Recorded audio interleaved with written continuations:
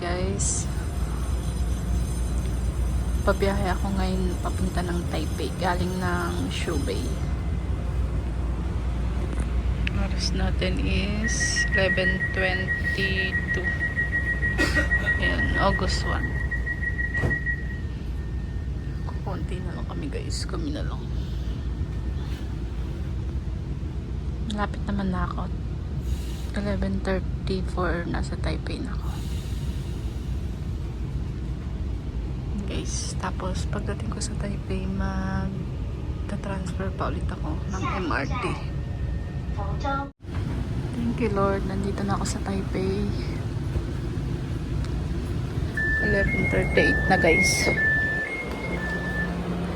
Sasakay pa ako, magta-transfer pa ako ng MRT Red Line papunta dun sa Kijan Station sa Beito District.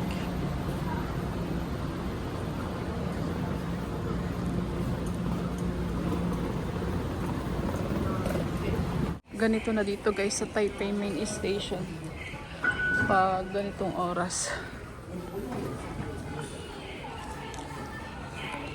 Oras na ba? 11:42. Magta-transfer ako guys sa Red Line.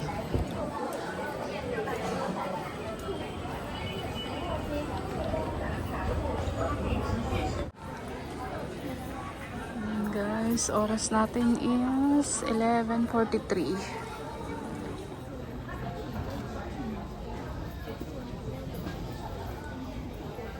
Ang biyahe ng Red Line, meron pang patams 1 minute 10 seconds. Ay, marami pang tao guys.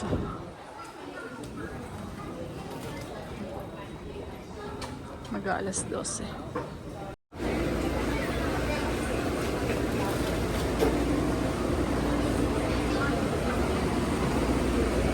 Sakay na tayo sa train.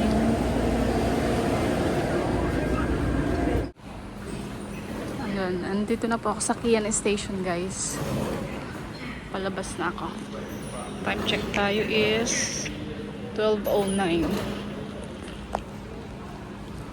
Maglalakad pa ako or mag-u-bike pa uwi dun sa bahay ni Lolo guys. So ayun, tingnan nyo naman. Hating gabi na guys, pero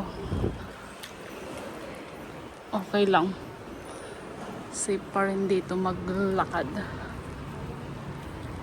Kahit hating gabi ka na guys dito sa Taiwan, okay lang.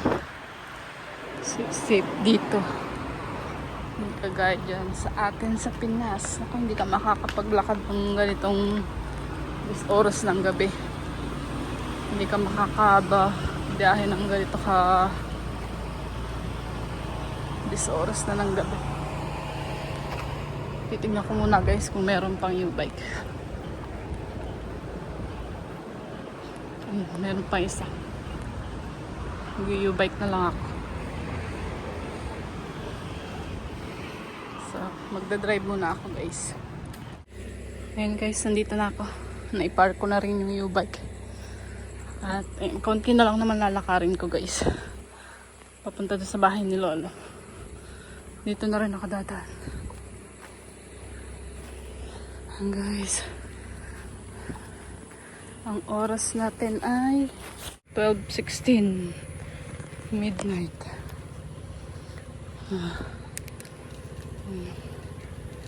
Ay, mga naghahanap ng paparadahan ng U-bike guys. Wala na kasing paparadahan. Buti, sakto, meron pa ako isa dun. Meron nga palang police station dun sa gawi dun guys. Kaya okay lang. Ayan. Maglalakad na lang ako hanggang dun sa bahay ni Lola. Malapit na lang to guys. Mga ilang minuto na lang. Tingnan nyo. Ganyan pa dito. Alas 12 ng gabi. May get. Ayan guys. Maglalakad ako dito sa Taiwan. Alas 12 mahigit ng gabi guys. 12:18 guys. Nakita nyo ba? Ayan. 12:18 in the morning. August 2 na guys.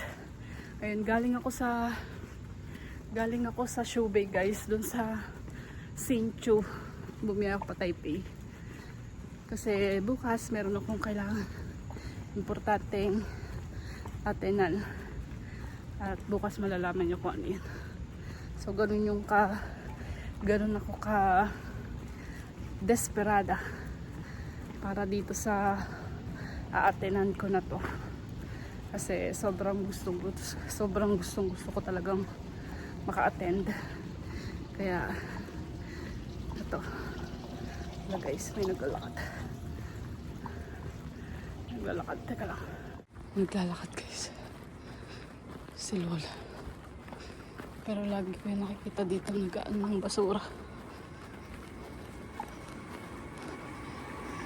Ito na guys, malapit na ako sa bahay ni Lolo. Ito yung 7-Eleven. Diyan ako nagpapadala. Papa-Xerox, bumibili. Ayan. Tapos dyan na lang.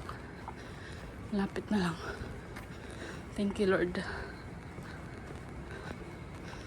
So ayan guys, kahit madaling araw ka dito sa lansangan dito sa Taiwan, hindi ka mangangamba guys. Tingnan, may nag-ano pa ng aso, gabi na. So ayan, andyan na guys, dito na yung bahay ni Lolo.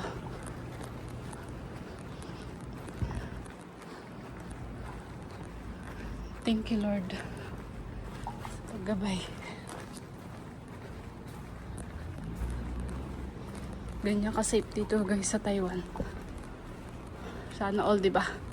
Sana ganito din sa Pinas. So ayan na. So yun guys, hanggang dito na lang itong aking vlog. Thank you so much sa pagsama po ninyo sa akin at samahan po ninyo ako sa bagong journey ko or sa bagong opportunity na nag-offer sa akin at binigay ni Lord. So yun guys, hanggang dito na lang. Thank you so much po sa pagsama ninyo at see you guys on my next vlog. Bye! God bless! Ingat po tayong lahat.